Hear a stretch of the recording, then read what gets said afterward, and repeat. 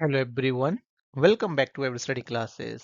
सो guys, आज के इस सेशन में हम डिस्कस करने वाले हैं मार्केटिंग के कुछ मल्टीपल चॉइस क्वेश्चंस को। ये एमसीक्यूज आपके यूजीसी नेट, आपके असिस्टेंट प्रोफेसर के जो एग्जाम्स होने वाले हैं 2026 में, उन सब के लिए रेलिवेंट होंगे। सो स्टार्ट करते हैं हमारा आज का ये discussion on marketing MCQs. Ever Study classes के वेरियस कोर्सेज अवेलेबल हैं आपके एग्जाम प्रिपरेशंस के लिए। आप इन कोर्सेज को चेकआउट कर सकते हो on Ever Study classes website as well as on the app. First question है हमारे यहाँ पर, select the phases of product life cycle. तो हमें प्रोडक्ट लाइफ साइकिल के फेसेस को यहाँ पर सिलेक्ट करना है। हमारे पास 6 ऑप्शंस जो हैं वो दिए हुए हैं। हमें उनमें से जो 4 हमारी स्टेजेस हैं प्रोडक्ट लाइफ साइकिल की, उन्हें आइडेंटिफाई करना है। तो देखिए यहाँ पर दिया गया है initiation, decline, boom, introduction, maturity and growth. तो हमारा जो पीएलसी कंसेप्ट है प्रोडक्ट लाइफ साइकिल का, उसमें जो हमारी स्टेजेस होती हैं वो है introduction, growth, maturity and decline, यानी कि BDENF। जो देखिए दिया हुआ है आपके यहाँ पर ऑप्शन नंबर 3 में, राइट। सो राइट आंसर हमारा हो जाएगा यहाँ पर option number 3। Product life cycle में हमारा जो प्रोडक्ट है वो 4 स्टेजेस से होकर गुजरता है: introduction, growth, maturity and decline. So right answer होगा हमारा ऑप्शन नंबर 3।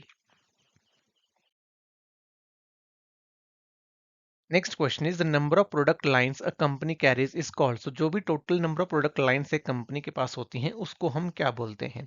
ऑप्शंस हमारे पास यहाँ पर दिए हुए हैं: product range, product mix depth, product mix with, या फिर प्रोडक्ट लेंथ मिक्स। तो राइट आंसर हमारा इस क्वेश्चन का हो जाएगा option number 1 which is product range. So total number of product lines को हम बोलते हैं प्रोडक्ट रेंज। इसके अलावा प्रोडक्ट डेप्थ का मतलब होता है variants within each line, हर लाइन में कितने वेरिएंट्स हमारे पास हैं। और टोटल नंबर ऑफ जो आइटम्स हैं उनको हम बोलते हैं product mix length, right. So right answer यहाँ होगा option number 1। Next question is the 4 unique elements in case of service sector marketing are. तो हमें यहाँ पर बताना है कि 4 यूनिक एलिमेंट्स क्या हैं सर्विसेज के। बेसिकली यही क्वेश्चन में यहाँ पर पूछा जा रहा है। हमारी 4 यूनिक कैरेक्टरिस्टिक्स होती हैं सर्विसेज की, वो क्या है वो हमें यहाँ पर बताना है। सो ऑप्शंस में यहाँ पर देखिए दिया हुआ है: independence, intangibility, inventory, inception. Second में है independence, increase, inventory and intangibility. Then we have intangibility, inconsistency, inseparability and inventory. And in fourth we have intangibility, independence, inseparability and inventory. So right answer हमारा यहाँ पर होगा option number 3। why 3? Intangibility का मतलब है कि सर्विसेज को हम देख नहीं सकते, सर्विसेज को हम टच नहीं कर सकते। इनकंसिस्टेंसी का मतलब है कि वेरिएबिलिटी होती है सर्विसेज की डिलीवरी में। Quality varies with the people and item. Inseparability का मतलब है कि जो प्रोडक्शन है और कंजम्पशन है सर्विसेज की वो एक साथ होती है। एंड इन्वेंट्री का मतलब है यानी कि पर्शेबिलिटी, सर्विसेज को हम स्टोर नहीं कर सकते। सो राइट आंसर हो जाएगा option number 3। Next question is which of the following is not a form of direct marketing. तो हमें बताना है कि डायरेक्ट मार्केटिंग की फॉर्म कौन सी नहीं है। डायरेक्ट मार्केटिंग क्या होती है? जिसमें जो हमारा सेलर है वो डायरेक्टली कंज्यूमर को कॉन्टेक्ट करता है, बीच में इंटरमीडियरीज नहीं होते हैं। This is called direct marketing. So option हमारे पास यहाँ पर हैं: kiosk marketing, telemarketing, supermarket या फिर कैटलॉग मार्केटिंग। तो देखिए, kiosk marketing, telemarketing and catalogue marketing ये सारे ही हमारे डायरेक्ट मार्केटिंग के फॉर्म्स हैं। सुपर मार्केट जो है ये हमारा डायरेक्ट मार्केटिंग का फॉर्म नहीं है। तो हमारा राइट आंसर होगा यहाँ पर ऑप्शन नंबर 3।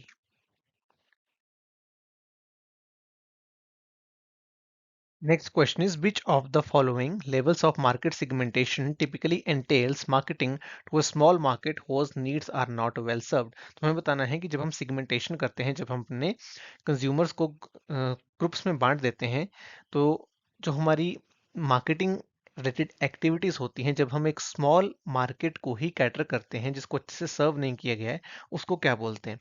ऑप्शंस है हमारे पास: सिगमेंट मार्केटिंग, नीश मार्केटिंग, लोकल मार्केटिंग या फिर इंडिविजुअल मार्केटिंग। तो इस तरह की मार्केटिंग को बेसिकली हम बोलते हैं नीश मार्केटिंग, राइट। नीश मार्केटिंग का बेसिकली क्या मतलब होता है? नीश मार्केटिंग का मतलब होता है कि जब हम एक स्पेसिफिक सेगमेंट को सर्व कर रहे हैं जिसकी यूनिक नीड्स हैं, लेकिन उनको अच्छे से मार्केट में सर्व जो है वो नहीं किया गया है। So this particular thing is called niche marketing. So right answer हो जाएगा option number B. Next question is which objective of pricing relates to increase market share among the following। तो हमें यहाँ पर पूछा जा रहा है कि प्राइसिंग का कौन सा ऑब्जेक्टिव है जो मार्केट शेयर को इंक्रीज करने के ऊपर फोकस करता है, राइट। हमारे पास ऑप्शन है यहाँ पर: profit related objective, sales related objective, customer related objective या फिर कंपटीशन रिलेटेड ऑब्जेक्टिव। तो इस क्वेश्चन का हमारा जो राइट आंसर होगा वो होगा option number B, which is sales related objective. Sales related जो ऑब्जेक्टिव है, it focuses on maximising market share and sales volume rather than immediate profit. जब हम सेल्स रिलेटेड ऑब्जेक्टिव की बात करते हैं, यहाँ पर हम इमीडिएट प्रॉफिट के ऊपर फोकस नहीं करते, हमारा मेन फोकस होता है कि हमारा सेल्स वॉल्यूम बढ़े और हमारे जो मार्केट शेयर है वो इंक्रीज हो। इसमें पेनिट्रेशन प्राइसिंग या प्रमोशनल डिस्काउंट्स जैसी टेक्निक्स को हम यूज करते हैं, राइट।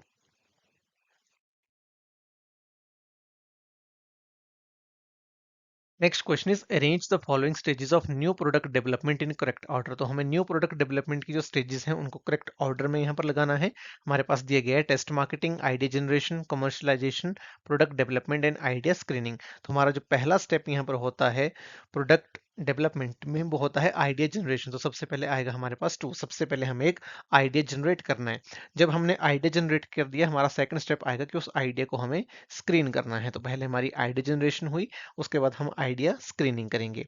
आइडिया स्क्रीनिंग करने के बाद हमारा नेक्स्ट स्टेप आएगा यहाँ पर प्रोडक्ट डेवलपमेंट का, राइट। हम प्रोडक्ट को जो है वो डेवलप करेंगे बेस्ड ऑन दीज 5 एलिमेंट्स। हम कह रहे हैं there are total more stages, right, more stages are there in the new product development, लेकिन इन जो 5 एलिमेंट्स हैं इनके हिसाब से हमें यहाँ पे सीक्वेंस में लगाना है। तो सबसे पहले आ गया आइडिया जनरेशन, आइडिया स्क्रीनिंग, इसके बाद जनरली हमारी कंसेप्ट टेस्टिंग होती है जो कि यहाँ नहीं है। तो हम जा रहे हैं नेक्स्ट स्टेप जो यहाँ दिया गया है प्रोडक्ट डेवलपमेंट। जब हम प्रोडक्ट डेवलप कर लेते हैं उसके बाद हमें टेस्ट मार्केटिंग करनी होती है, स्मॉल स्केल पे हम अपने प्रोडक्ट को टेस्ट करते हैं और लास्ट में हम करते हैं कमर्शियलाइजेशन।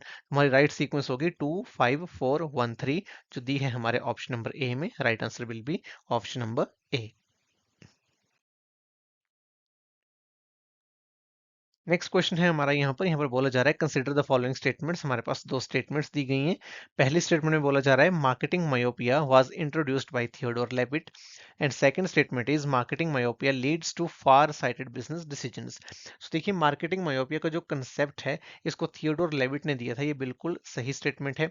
मार्केटिंग मायोपिया होता क्या है? मार्केटिंग मायोपिया का मतलब होता है कि जब एक पर्टिकुलर जो बिजनेस है वो शॉर्ट टर्म सेल्स इंक्रीज करने के बारे में ज्यादा सोचता है rather than meeting customer needs and focusing on the long term growth. तो जब मार्केटर लॉन्ग टर्म ग्रोथ पे फोकस ना करके शॉर्ट साइटेड हो जाता है तो उसको मार्केटिंग मायोपिया कहते हैं।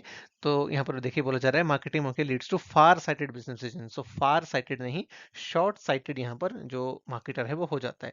तो सेकंड स्टेटमेंट हमारी रॉन्ग हो जाएगी, स्टेटमेंट 1 हमारी करेक्ट है। सो राइट आंसर हो जाएगा option number C, statement 1 is true, statement 2 is false. Next question में अगेन हमारे पास यहाँ पर स्टेटमेंट्स दी गई हैं। We have 4 statements, one by one इन स्टेटमेंट्स को हम पढ़ेंगे। पहली स्टेटमेंट में बोला जा रहा है inbound logistics is associated with suppliers, right. तो क्या इनबाउंड लॉजिस्टिक्स जो है वो सप्लायर्स के साथ एसोसिएटेड है? ये बिल्कुल सही स्टेटमेंट है। इनबाउंड लॉजिस्टिक्स का मतलब होता है वो सारी लॉजिस्टिक्स रिलेटेड एक्टिविटीज जो हम कर रहे हैं। हमारे पास एक प्रोडक्शन फैसिलिटी है, इस प्रोडक्शन फैसिलिटी तक जो भी हमारी लॉजिस्टिक्स की एक्टिविटीज हो रही हैं, हम जो रॉ मटेरियल को यहाँ तक पहुंचा रहे हैं, इसको हम बेसिकली इनबाउंड लॉजिस्टिक्स बोलते हैं। सेकेंड स्टेटमेंट में बोला जा रहा है outbound logistics is associated with and customers. तो क्या आउटबाउंड लॉजिस्टिक्स जो है वो एंड कस्टमर्स के साथ एसोसिएटेड है? ये भी बिल्कुल सही यहाँ पर स्टेटमेंट है। आउटबाउंड लॉजिस्टिक्स क्या है? एक प्रोडक्शन फैसिलिटी है हमारी, इसमें हमने प्रोडक्ट्स को प्रोड्यूस कर लिया, अब यहाँ से प्रोडक्ट जाएगा हमारे फाइनल कंज्यूमर तक, राइट। सो ये जो हमारी सारी एक्टिविटीज होंगी इसको हम आउटबाउंड लॉजिस्टिक्स बोलते हैं। तो सेकंड स्टेटमेंट में हमारी बिल्कुल करेक्ट है। थर्ड स्टेटमेंट में बोला जा रहा है transportation is relevant only in inbound logistics. तो देखिए ट्रांसपोर्टेशन हमारी inbound as well as outbound logistics दोनों में इंपॉर्टेंट होती है, तो ये गलत स्टेटमेंट है। देन यहाँ पर बोला जा रहा है warehousing is relevant only in outbound logistics. तो ये स्टेटमेंट भी हमारी गलत है। हम रॉ मटेरियल को भी स्टोर करके रखते हैं, हम अपनी फिनिश्ड गुड्स को भी स्टोर करके रखते हैं। तो warehousing inbound as well as outbound दोनों लॉजिस्टिक्स में इंपॉर्टेंट होगी। सो राइट आंसर इस पर्टिकुलर क्वेश्चन का हमारा हो जाएगा option number A, 1 and 2 only. Next question is identify the characteristics that affect marketing of services. तो मार्केटिंग ऑफ सर्विसेज को कौन सी कैरेक्टरिस्टिक्स हैं जो इफेक्ट करती हैं, ये हमें बताना है। ऑप्शंस में हमारे पास दिया गया है branding, positioning, segmenting, mixing. Then we have intangible, inseparable, variable, perishable. Then we have brand image, equity, unique, variable. And then we have tangible, separable, variable and perishable. So right answer हमारा हो जाएगा option number B, जो services की characteristics हैं उनके बारे में ही यहाँ पूछा जा रहा है। सो राइट आंसर हमारा हो जाएगा ऑप्शन नंबर बी।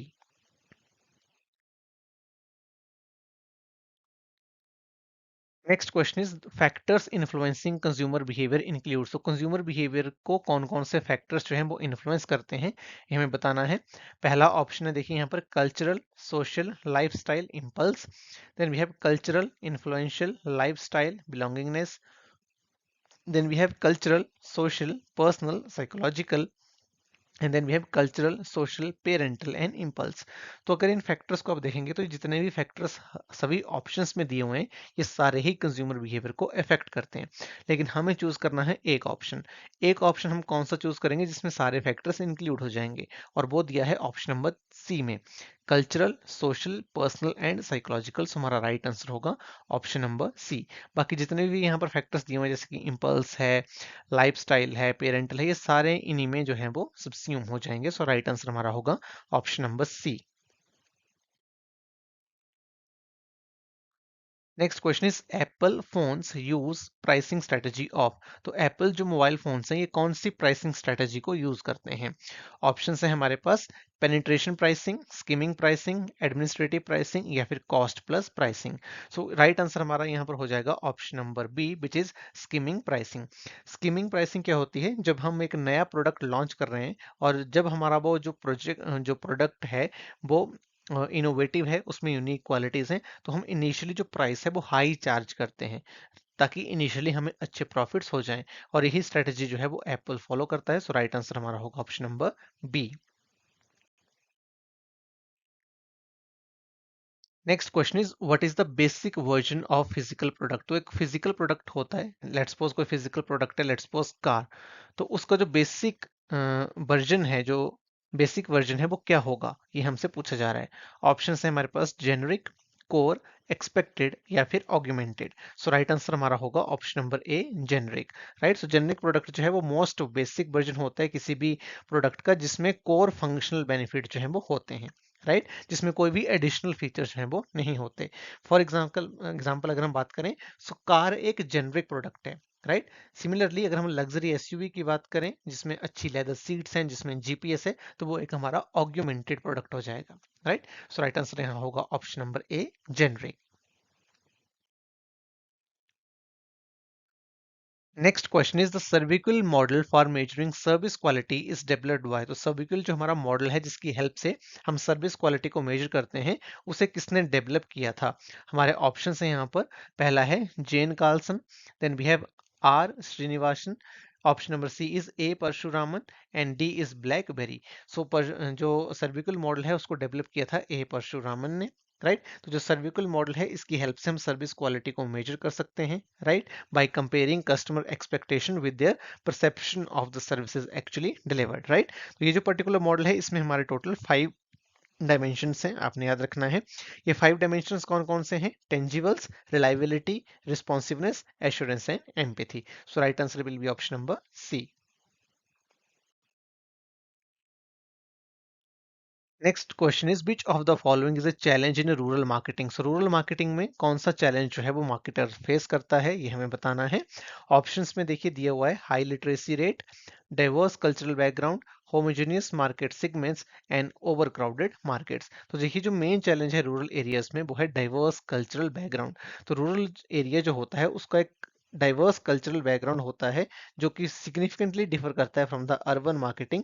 तो वहां पर जो स्ट्रैटेजी है वो अडेप्ट करनी पड़ती है किसी भी मार्केटर को। वहां पर आप सेम मार्केटिंग मिक्स या सेम जो स्ट्रैटेजी जो आप अर्बन एरियाज में यूज कर रहे हो उसके साथ नहीं जा सकते। आपको वहां का जो सोशियो इकोनॉमिक एनवायरमेंट है, वहां के जो कल्चरल फैक्टर्स हैं उनको ध्यान में रखना पड़ेगा। सो राइट आंसर होगा हमारा option number B. Next question is what is programmatic advertising. तो हमें बताना है प्रोग्रामेटिक एडवर्टाइजिंग क्या होती है। ऑप्शन है हमारे पास, traditional print of advertising, Advertising using manual negotiations and purchases. Option number C is automated buying and selling of online advertising. And D is promotional activities at trade shows. So देखिए programmatic advertising क्या होती है, इसमें हम automated technology का use करते हैं media by करने के लिए, right. It is basically the process of buying advertising space. हम जब ऑनलाइन एडवर्टाइजिंग करते हैं तो हम एडवर्टाइजिंग स्पेस बाई करते हैं, और उसी को बेसिकली बोला जाता है programmatic advertising, right. So programmatic advertising में क्या होता है, it is basically simple process where we automatically buy and sell digital और online advertising space. So online जो हमें एडवर्टाइजिंग स्पेस चाहिए होता है उसको बाई और सेल जब हम ऑटोमेटेड तरीके से करते हैं उसको प्रोग्रामेटिक एडवर्टाइजिंग बोला जाता है, राइट। सो राइट आंसर हमारा हो जाएगा यहाँ पर ऑप्शन नंबर सी।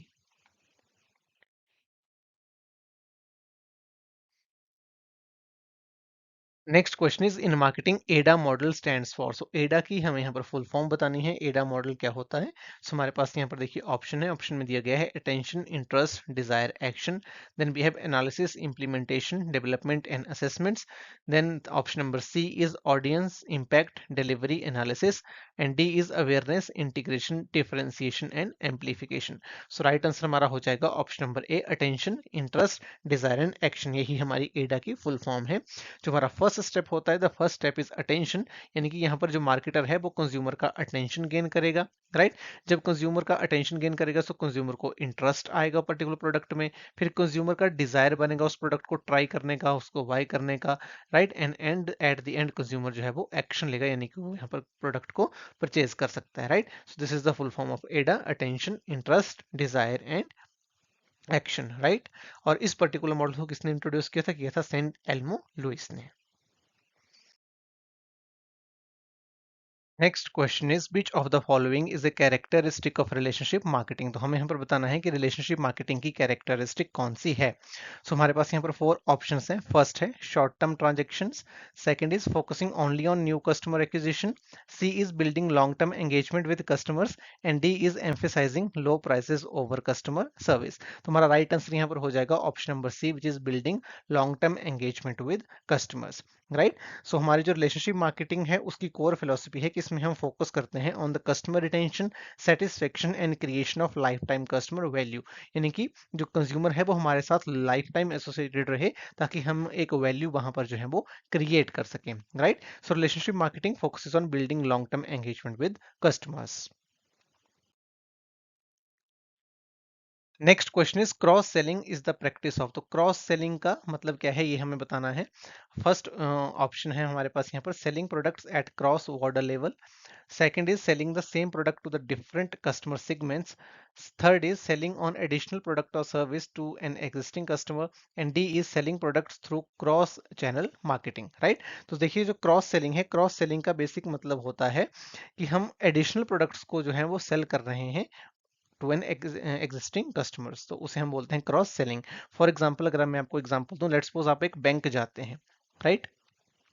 और बैंक आप जाते हैं और वहां पर आप एक एफडी कराते हैं, ठीक है। और वहां पर आपका जो बैंक एम्प्लॉय है, जो रिलेशनशिप मैनेजर है, वो आपको कहता है कि हमारे पास एक बहुत अच्छी स्कीम है जिस म्यूचुअल फंड की, जिसमें भी आप जो है वो पैसा अपना लगा सकते हो। तो ये जो म्यूचुअल फंड की सेलिंग हो रही है, आप गए एफडी कराने थे और वहां पर आपको म्यूचुअल फंड जो है वो भी सेल किया जा रहा है, जो बैंक का एम्प्लॉय है वो आपको म्यूचुअल फंड के बारे में बता रहा है। This is called the cross selling, right, where you are trying to sell the additional product और service to the existing customer. आप बैंक के कस्टमर हो ऑलरेडी, आपका वहां पर सेविंग्स अकाउंट है, और आपको अब जो है वो जो बैंक एम्प्लॉय है वो आपको जो है वो म्यूचुअल फंड भी सेल कर रहा है, या इसके अलावा लेट्स सपोज आपको डीमैट अकाउंट सेल कर रहा है, right. So this is basically called the cross selling. So right answer हो जाएगा option number C. Next question is in the context of product life cycle decline stage is characterised by. तो decline stage की characteristics हमें यहाँ पर बतानी है। Options में देखिए हमारे पास 4 ऑप्शंस हैं। फर्स्ट है rapidly increasing sales, B is stable sales and high profits, C is decreasing sales and lower profits, and D is introduction of product in the market, right. So decline stage का basically क्या मतलब है, decline stage में जो हमारी sales है वो decline हो जाती है, वहां पर हमारे जो प्रॉफिट्स हैं वो नहीं रहते हैं, और हमारे जो प्रॉफिट्स हैं वो लगातार कम होते चले जाते हैं। तो राइट आंसर हमारा होगा option number C, decreasing sales and lower profits, right. So right answer will be option number C.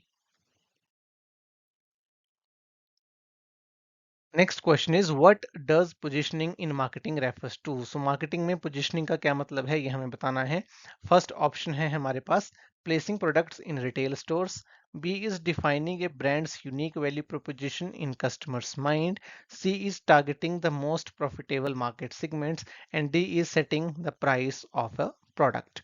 Right. So positioning का देखिए सिंपल मतलब होता है कि जो हमारा प्रोडक्ट है या जो हमारी सर्विस है उसकी हमें एक अच्छी इमेज क्रिएट करनी है in the mind of consumer, right, so that consumer हमारे प्रोडक्ट को अलग से देख सके as compare to our competitors product, right. So right answer हमारा होगा option number B, defining a brand's unique value proposition, यानी कि हमारी जो यूनिक वैल्यू प्रोपोजिशन है कि हम क्या यूनिक कंज्यूमर को प्रोवाइड कर रहे हैं उसकी एक अच्छी इमेज हमें क्रिएट करनी है in the mind of the consumer. So right answer हो जाएगा हमारा option number B.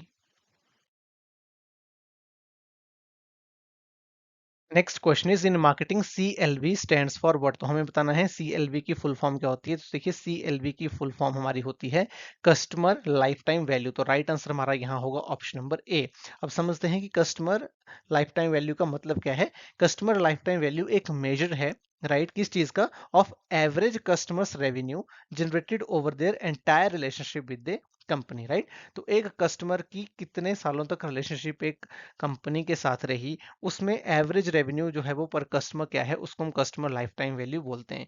For example हमें लगता है कि एक कस्टमर जो है वो 15 साल तक हमारे साथ एसोसिएटेड रहा, तो एवरेज रेवेन्यू जो है वो हमें कंज्यूमर के से क्या आया उसको हम कस्टमर लाइफ टाइम वैल्यू जो है वो बोलते हैं, right. So it is basically a quick method of estimating a customer's profitability and the business potential for long term growth also, क्योंकि जो बिजनेस का लॉन्ग टर्म ग्रोथ है वो भी इस बात पे डिपेंड करती है कि आप अपने कंज्यूमर्स को कितने लंबे टाइम तक अपने साथ एसोसिएटेड रख पाते हो, राइट। सो राइट आंसर हमारा होगा यहाँ पर option number A. Next question is which of the following is true about Howard Sheth model. तो हुबार्ट सेट मॉडल हमारा कंज्यूमर बिहेवियर का एक मॉडल है, हमें यहाँ पर बताना है उसके बारे में ट्रू स्टेटमेंट्स कौन सी हैं।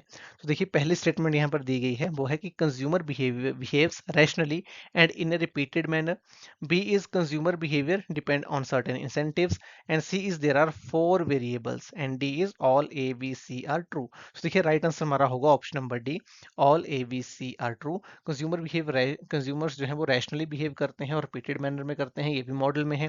कंज्यूमर बिहेवियर डिपेंड करता है सर्टेन इंसेंटिव्स पे, ये भी बात सही है।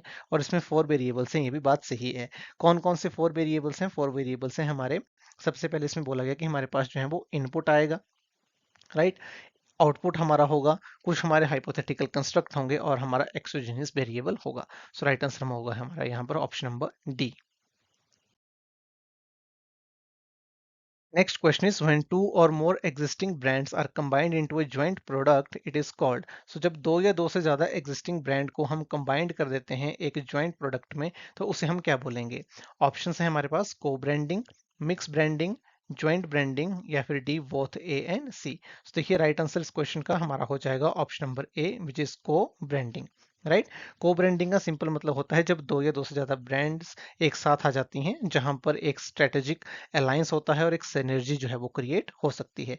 फॉर एग्जांपल जैसे कि Intel plus Dell laptops, this is an example of co branding, right. Similarly Breyers versus Oreo ice cream, this is also an example of co branding. So right answer हमारा यहाँ होगा option number A. Next question is consider the following statements. तो हमारे पास यहाँ पर कुछ statements दी गई हैं।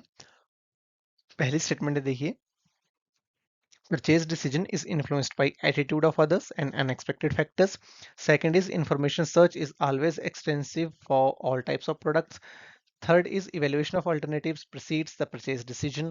And fourth is post purchase behavior has no impact on future buying decisions. तो यहाँ पर जो हमारा राइट आंसर होगा that will be option number 1 and 3, यानी कि option number A will be the correct answer. तो क्यों है देखते हैं। तो पहली स्टेटमेंट में देखिए बोला गया कि जो परचेज डिसीजन है हमारा वो दूसरों के एटीट्यूड से इन्फ्लुएंस होता है और अनएक्सपेक्टेड फैक्टर से भी इन्फ्लुएंस होता है। तो ये बिल्कुल सही बात है, राइट। बहुत सारे प्रोडक्ट्स तो हम इसलिए खरीद लेते हैं क्योंकि हमने एक पर्टिकुलर प्रोडक्ट को अपने किसी फ्रेंड के पास देखा है तो उनका एटीट्यूड हमें इन्फ्लुएंस कर रहा है। अनएक्सपेक्टेड फैक्टर कुछ भी हो सकता है, जैसे कोविड-19 आ गया था तो वो भी हमारे परचेज डिसीजन को इम्पैक्ट करता है, राइट। सेकंड स्टेटमेंट में देखिए बोला जा रहा है information search is always extensive for all type of products. तो क्या हर तरह के प्रोडक्ट के लिए हमारी जो इन्फॉर्मेशन सर्च है वो एक्सटेंसिव होगी? जी नहीं, तो ये गलत स्टेटमेंट है। राइट।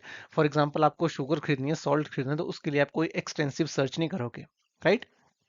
थर्ड स्टेटमेंट है हमारे पास, evaluation of alternative precedes the purchase decisions, तो ये बिल्कुल सही स्टेटमेंट है। एंड पोस्ट परचेज बिहेवियर का कोई इंपैक्ट नहीं है फ्यूचर बाइंग डिसीजंस पे, ये बोला जा रहा है फोर्थ स्टेटमेंट में, तो ये भी गलत स्टेटमेंट है। हमारा जो पोस्ट परचेज बिहेवियर है उसका डायरेक्ट इंपैक्ट होता है हमारे बाइंग डिसीजंस पे। सो राइट आंसर हमारा होगा option number A, 1 and 3 only, यही दो स्टेटमेंट्स जो हैं वो करेक्ट है। Next question is, which type of differentiation is used to gain competitive advantage through the way a firm design its distribution coverage, expertise and performance। तो हमें differentiation का यहाँ पर टाइप बताना है जिसमें competitive advantage एक कंपनी गेन करती है, किस तरह से वो अपने डिस्ट्रीब्यूशन कवरेज को बहुत अच्छे से डिजाइन करती है और उसमें एक्सपर्टीज गेन करती है और वहां पर उनकी अच्छी परफॉर्मेंस होती है। ऑप्शन है हमारे पास channel differentiation, service differentiation, people differentiation या फिर प्रोडक्ट डिफरेंशिएशन। तो देखिए इस क्वेश्चन का हमारा राइट आंसर होगा ऑप्शन नंबर ए, चैनल डिफरेंशिएशन। चैनल डिफरेंशिएशन का मतलब है जहां पर कंपनी एक्सपर्टीज हासिल करती है in the area of delivering products and services to the consumer, वो अपनी डिस्ट्रीब्यूशन कवरेज को बेटर करती है, उनका चैनल डिजाइन अच्छा होता है और लॉजिस्टिक्स प्लानिंग वो भी अप्रोप्रिएट होती है। सो राइट आंसर हमारा यहाँ हो जाएगा option number A. Next question is, which of the following price structures is designed to accommodate the various categories of buyers। तो हमें यहाँ पर बताना है कि कौन सा प्राइस स्ट्रक्चर है, राइट, जिसको डिजाइन किया जाता है to accommodate the various category of the buyers, right. So options में देखिए दिया गया है target pricing, captive pricing, penetration pricing and differential pricing. So बहुत ही इजी क्वेश्चन है, राइट आंसर हमारा होगा option number D, differential pricing. Differential pricing में हम डिफरेंट प्राइसेस चार्ज करते हैं to the different category of buyers for the same product, right. So हमारा राइट आंसर हो जाएगा option number D. Next question है, इसमें हमारे पास दो स्टेटमेंट्स हैं। तो पहली स्टेटमेंट है, देखिए इसमें बोला जा रहा है distribution channel links manufacturers and customers, and statement two is distribution channel creates time and place utility. तो देखिए स्टेटमेंट वन में यहाँ पर बोला जा रहा है कि डिस्ट्रीब्यूशन चैनल जो है वो मैन्युफैक्चरर और कस्टमर के बीच लिंक का काम करते हैं, तो बिल्कुल सही बात है, क्योंकि एक मैन्युफैक्चरर है और हमारे कंज्यूमर हैं, इनके बीच में प्रोडक्ट को डिलीवर करने का जो काम है वो डिस्ट्रीब्यूशन चैनल से ही कर रहे हैं, लाइक होलसेलर्स एंड रिटेलर्स। तो पहली स्टेटमेंट हमारी बिल्कुल सही है। सेकंड स्टेटमेंट यहाँ पर कह रही है कि जो डिस्ट्रीब्यूशन चैनल्स हैं वो टाइम और प्लेस, ये दोनों यूटिलिटीज को क्रिएट करते हैं, तो ये भी बिल्कुल सही बात है। टाइम यूटिलिटी का मतलब है कि जब हमें नीड है उस टाइम पर हमें प्रोडक्ट अवेलेबल करवाया जा रहा है, और प्लेस यूटिलिटी का मतलब है कि जहां हमें प्रोडक्ट चाहिए वहां हमें मिल रहा है, तो ये भी डिस्ट्रीब्यूशन चैनल्स की वजह से ही हो रहा है। सो राइट आंसर हमारा हो जाएगा option number C, both the statements are correct. Next question is, in relation to factors affecting promotion mix decisions, which one is not consistent, right। तो promotion mix के जब भी हम decisions लेते हैं तो कौन सा जो factor है वो consistent नहीं रहेगा, ये हमें बताना है।